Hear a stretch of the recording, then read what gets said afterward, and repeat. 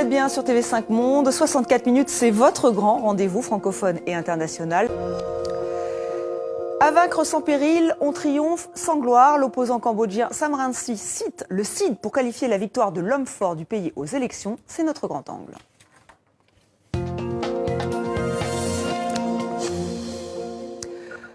Hun Sen voulait un plébiscite. Il l'a eu. Le parti au pouvoir du Premier ministre cambodgien affirme avoir remporté l'ensemble des sièges au Parlement, soit 125 sièges.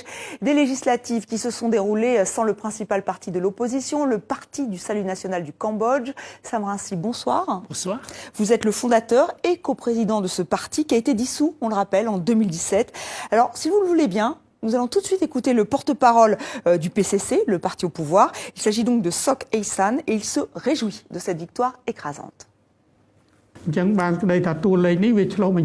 peux dire que c'est une victoire écrasante. C'est comme l'effondrement de l'eau d'un barrage. Mais il ne s'agit pas de l'effondrement d'un barrage hydroélectrique. Il s'agit d'un afflux de gens pour appuyer le PPC. Le peuple a exprimé sa volonté par des élections libres et équitables. Il n'y a pas d'autre choix que d'accepter la volonté réelle du peuple. Donc voilà pour cette déclaration. Alors Sam Rainsy, je vous citais tout à l'heure, hein, vous disiez « à vaincre sans péril, on triomphe sans gloire ». Est-ce que pour vous c'est une dictature qui se met en place dans votre pays? C'est en tout cas l'arrêt du processus de démocratisation qui a commencé avec les accords de Paris de 1991. Donc c'est un retour à un système de parti unique comme sous la guerre froide. Et je n'exagère pas, puisque le parti au pouvoir maintenant contrôle la totalité des 125 membres de l'Assemblée nationale. Voilà, une majorité absolue. Vous aviez lancé un appel au boycott. Alors, visiblement, cet appel au boycott n'a pas été suivi par les Cambodgiens, les Cambodgiennes. Comment vous l'expliquez? À vrai dire, il ne faut pas se fier aux chiffres officiels. Le taux de participation, selon les autorités, a été de 82%, mais ce n'est pas crédible. Parce qu'aux élections législatives précédentes de 2013, il n'a été que de 69%. Alors que l'opposition participait à ces élections. Maintenant que l'opposition, qui a recueilli à ces élections presque 50% des voix, a appelé au boycott, on ne peut pas monter de 69 à 82% sans participation de l'opposition. Vous savez, maintenant, dans les bureaux de vote, le parti au pouvoir contrôle toutes les procédures d'organisation de A jusqu'à Z. Donc, le bourrage des urnes, on connaît le trafic des chiffres, on connaît la manipulation des statistiques, on connaît. Donc, c'est pas fiable du tout. On a vu dans tout le pays des bureaux de vote pratiquement déserts et comment on a des participations de 82% alors que physiquement, on a vu si peu de gens participer aux opérations électorales. Donc, pour vous, ces chiffres donnés par le parti au pouvoir ne sont pas les vrais? Ce ne sont pas des vrais comme toutes les statistiques des pays totalitaires. Les résultats des élections, quand un parti remporte 100% des sièges, c'est pas crédible. D'ailleurs, c'est ce que l'Union européenne vient de le dire récemment. Est-ce que vous pensez que certains électeurs, certaines électrices ont choisi le vote nul, le vote blanc, ils ont choisi de barrer les noms? Est-ce que vous allez être attentif? Est-ce que vous pensez qu'on aura les résultats?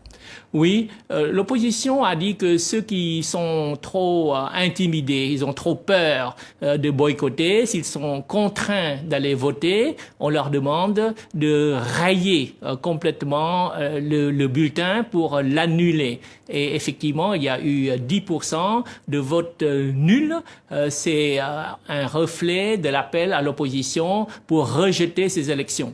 Et oui, Sam Rainsy, on rappelle qu'il fallait plonger son doigt dans de l'encre pour prouver qu'on avait bien voté. Donc est-ce que ça, vous pensez que cette mesure a pu contraindre certaines personnes de voter? Certainement. Comme les ouvriers, par exemple, ils sont 700 000. D'habitude, comme les ouvriers votent pour l'opposition, on a tout fait pour les empêcher d'aller voter. Mais maintenant qu'ils ont dissous le parti d'opposition, le pouvoir fait tout ce qu'il peut pour forcer les ouvriers à aller voter. Comme ils n'ont pas le choix, ils ne peuvent que voter pour le parti au pouvoir. Donc on est obligé de tremper leurs doigts dans de l'encre et on a dit à votre retour, si votre doigt n'est pas taché par l'encre, on vous vire de votre usine. Ça, vous en avez la confirmation? Oui, Vous arrivez, parce que vous vivez aujourd'hui en France, hein, puisque vous ne pouvez plus retourner au Cambodge. Qu'est-ce qui se passerait si vous retourniez au Cambodge? Vous seriez emprisonné? Il y a 50 ans de prison qui m'attendent. J'ai un nombre de sentences, de condamnations qui sont éminemment politiques, bien sûr. D'accord. Et donc, vous avez quand même accès à des informations. On vous a confirmé que certains électeurs, certaines électrices avaient peur d'aller voter, qu'ils étaient poussés par la peur? Oui. J'ai une page Facebook qui a 4 600 000 supporters et je reçois des informations régulièrement de ceux qui me soutiennent sur place. Alors, un mot des réactions internationales. L'Union européenne a dénoncé, je cite, des résultats non crédibles. La Maison-Blanche est sur la même ligne. Est-ce que c'est suffisant pour vous, ces réactions? Ces réactions vont crescendo. Les États-Unis ont dit ce matin même qu'ils vont accroître les sanctions sur les gouvernants cambodgiens pour les ramener à la raison, c'est-à-dire les ramener sur le chemin de la démocratie. Alors, vous pensez que c'est la bonne solution? Est-ce qu'il faut des sanctions, notamment des sanctions économiques?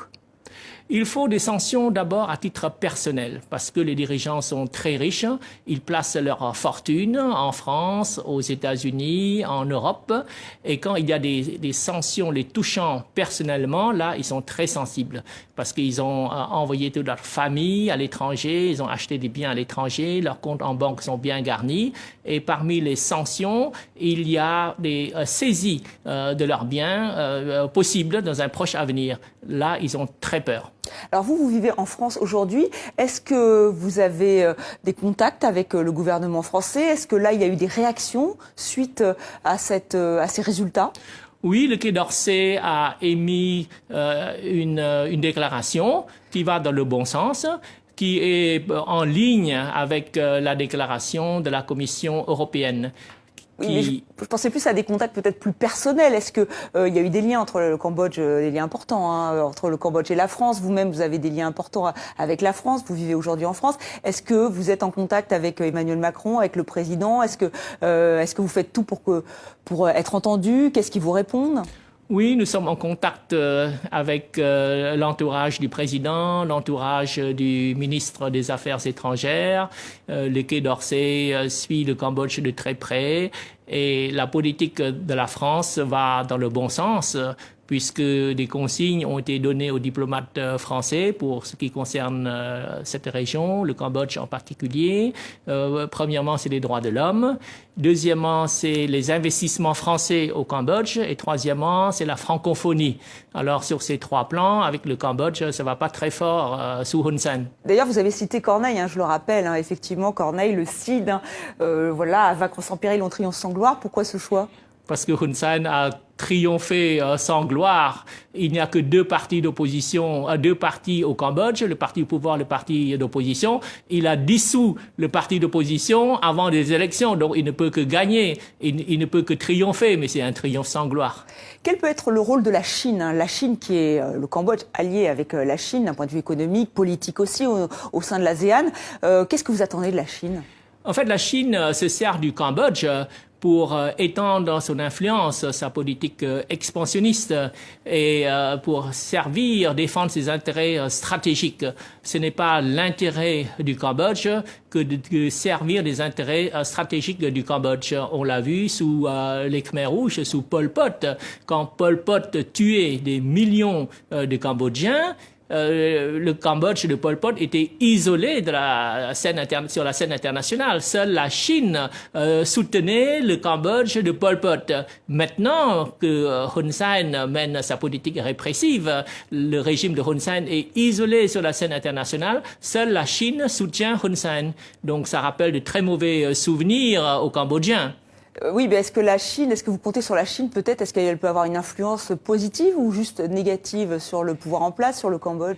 Pour l'instant, son influence est plutôt négative, mais elle se rend compte qu'il faut penser à l'après Hun Sen. Hun Sen n'est pas éternel et il y a un mécontentement grandissant au Cambodge qui pousse à un changement démocratique dont la Chine a intérêt à envisager un changement de monture.